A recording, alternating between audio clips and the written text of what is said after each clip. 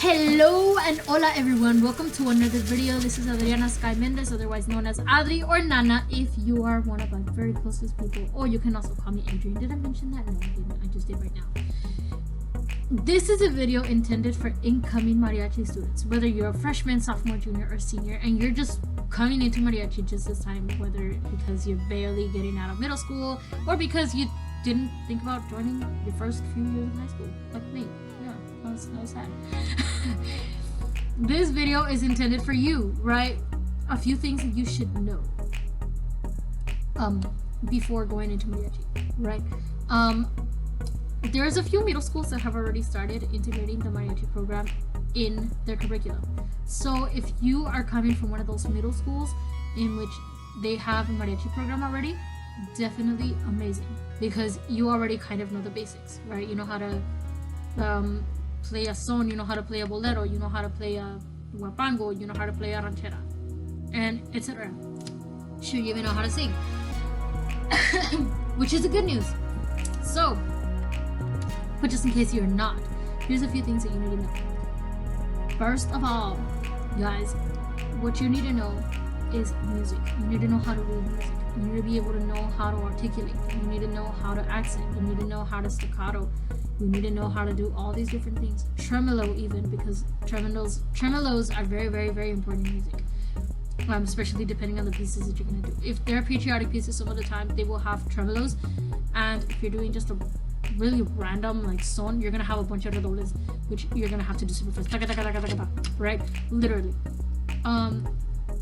So, literally, what you're going to do is just, you need to learn how to read music. You need to learn all of that stuff that I just said, because if you don't, then you're gonna have to learn with everybody else, and at the same time that you're learning with everybody else, it's gonna take so much of the time that we could have used to play and learn our music to teach you and stuff, and that's not really what you want, especially if you're going into a varsity group, because if you're going into a varsity group, guys, it's just go non-stop, right? Every day they give you a list of music, you gotta learn it.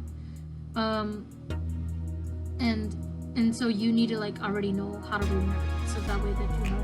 If you don't know how to read some stuff, obviously there will be people to help you. There are going to be the teachers. There are going to be some of the more experienced students to teach you how to learn, or to teach you how to read music and stuff.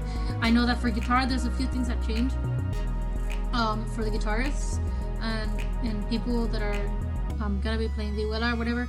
Certain things are gonna change in the music. If you're used to reading guitar music, which is just a chord and then it has a bunch of like notes, whether it be 8th notes, 16th notes, quarter notes, grace notes, etc.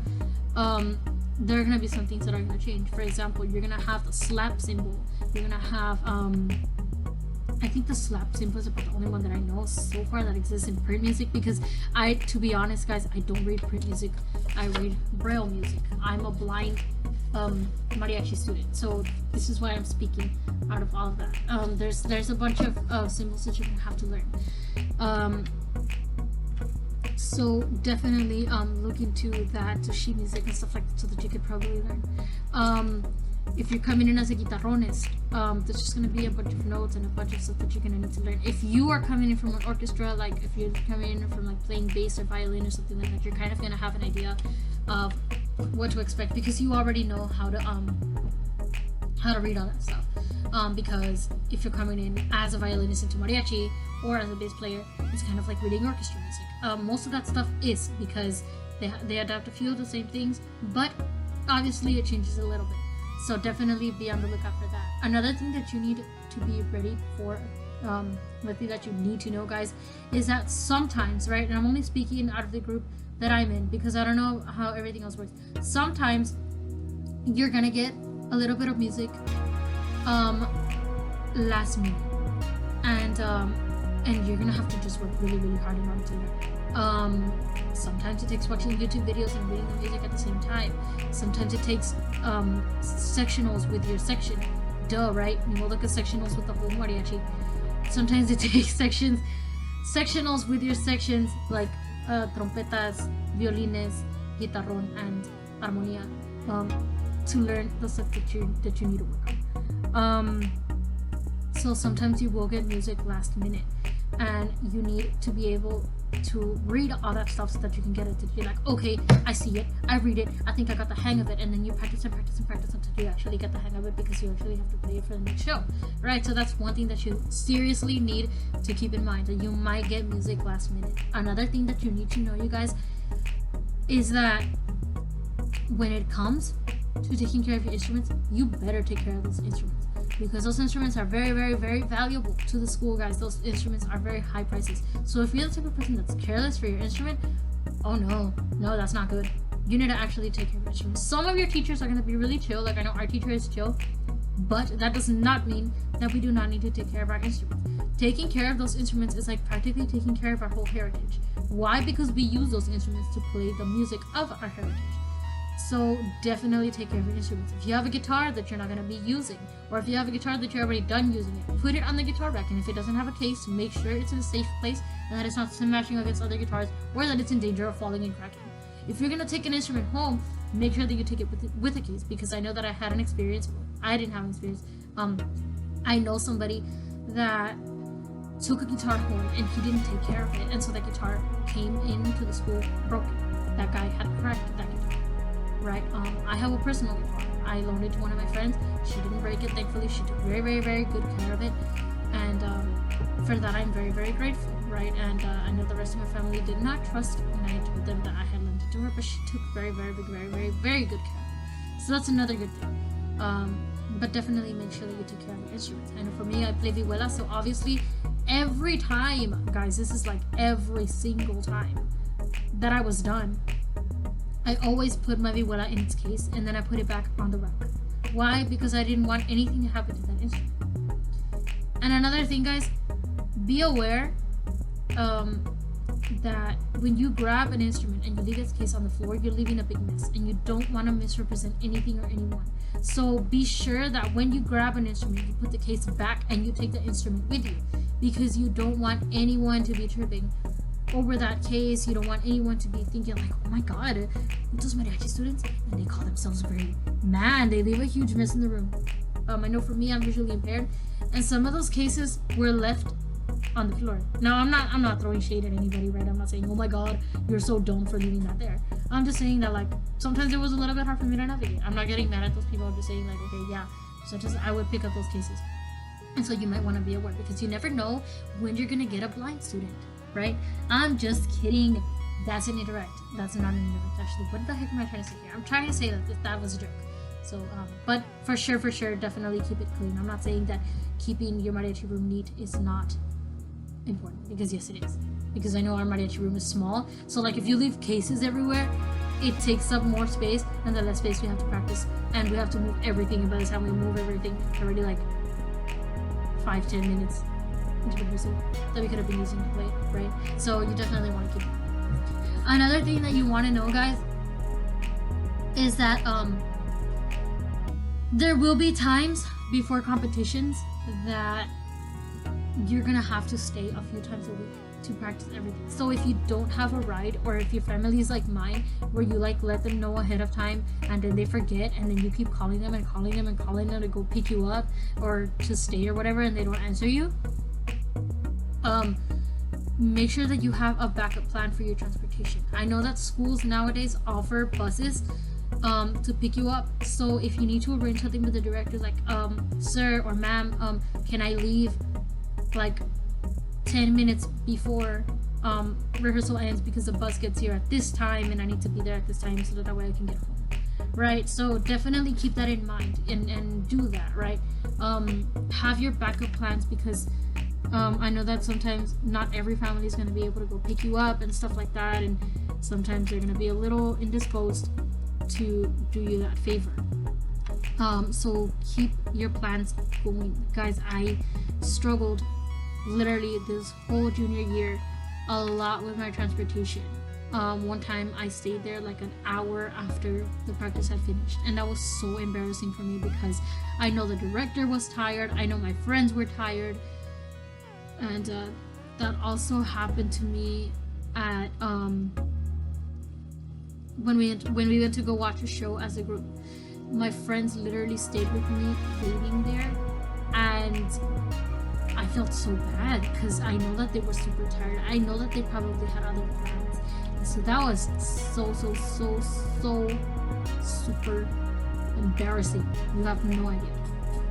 Okay, another thing, guys, that you want to keep in mind is that if you're gonna be a vocalist, learn how to empower your voice, because the chords need to be strong. So if you're the type of person that's just singing to her, time to say goodbye, right? If you're used to singing that type of music, snap out of it, because in mariachi you're gonna have to be using your loud voice, your chest voice. You're gonna have to not strain yourself, because you also don't want to like you don't want to hurt your vocal cords, but you do want to make sure that you bring out the power in your voice. So like, ay, que laurel están verdes, right? You ever heard those mariachi groups perform like that, and you admire them, like, oh my god, they sing so pretty. If you guys want to be able to do that, and you're gonna be a vocalist in the mariachi that you're coming in through, definitely be sure to bring out the power in your voice and bring out the best in it. Make sure that you're on key also, and make sure that you're gonna be on point with everything that you're gonna be singing, because obviously you don't want to sing loud and be all out of tune. Ay, que laureles tan verdes, because that's gonna be whack, right? You're not. One thing that is about mariachi that I did not mention is that everything is conformity. You need to look exactly the same when you're singing, when you're playing, when you're wearing the suit or whatever. You want to make sure that you look exactly the same. You guys want to make sure that you look like your comrades. So that's another really important key to have in there. So whenever you're considering singing or whatever, you want to sound the same. And sometimes it takes sectionals with the chorus in order to be able to determine, okay, guys, how are we going to sing this? You guys need to make sure that you're on the same vowel. You guys need to make sure that you're on the same tone, everything. Kind of like if you're singing in a choir, right? You have to make sure that you're doing the same thing, whether you're going to be one of the people that are harmonizing or whether you're going to be the top voice. You need to be able to identify the way that you're gonna sing, and you need to be able to sing exactly the same. Another thing, guys, that you need to know is that sometimes there will be sometimes where you're gonna be in a rush during rehearsal, and you're gonna be practicing non-stop, that sometimes you're gonna forget certain things. Like for example, me, I have been in a rush to get to rehearsal, and I have forgotten my strap, and I had to go back to the other side of the building to grab my strap. So you want to make sure that when you grab your instrument, you want to grab the strap at the same time. Or like, you just want to make sure that you keep it somewhere near you so that you can remember, like, okay, I need to take this to the rehearsal. You don't want to be like me and be all forgetful and then having to go back 5 minutes into the rehearsal. Oh snap, I forgot my strap and I'm supposed to be standing up. Like, come on. You don't want to be doing that. Seriously, that is embarrassing. It is actually very embarrassing. It's super embarrassing. And definitely keep that in mind, you guys. It's super important to have all those all the stuff that you need. If you're a harp player and you're probably gonna need to tune your instrument, definitely make sure that you take your instrument key with you. Keep it in your pocket or something. If it's big, still keep it in your pocket or keep it in your hand, and don't lose it. Just don't lose it, guys, because I mean, maybe your director will have an extra key there, but still, you don't want to lose that key. You seriously, that's a bad idea. You don't want to lose your instrument tuning key. You just don't. Guys, checklist for your instruments, okay? Those of you guys that are playing vihuela, guitar, stuff like that, if your director does not have strings,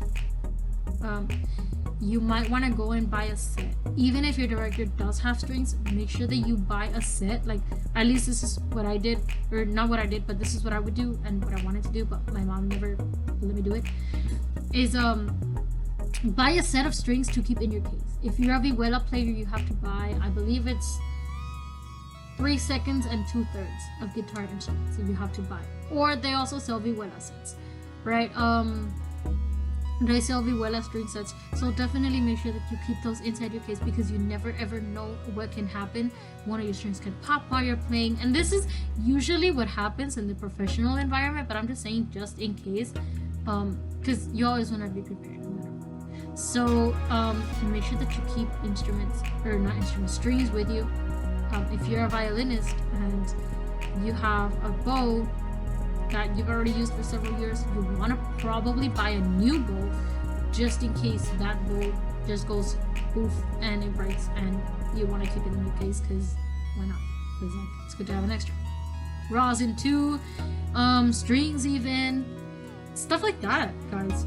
You would definitely want to make sure that you have extras. And picks, guys, picks. Make sure you have at least one extra pick in your case, because if you don't, that's gonna be the death of you. Guys, I had 2 picks. I had 1 pick that I used for playing, and I had an extra pick that I used in my case. I lost the one that I played with, and I don't remember where the heck it landed. I never found it.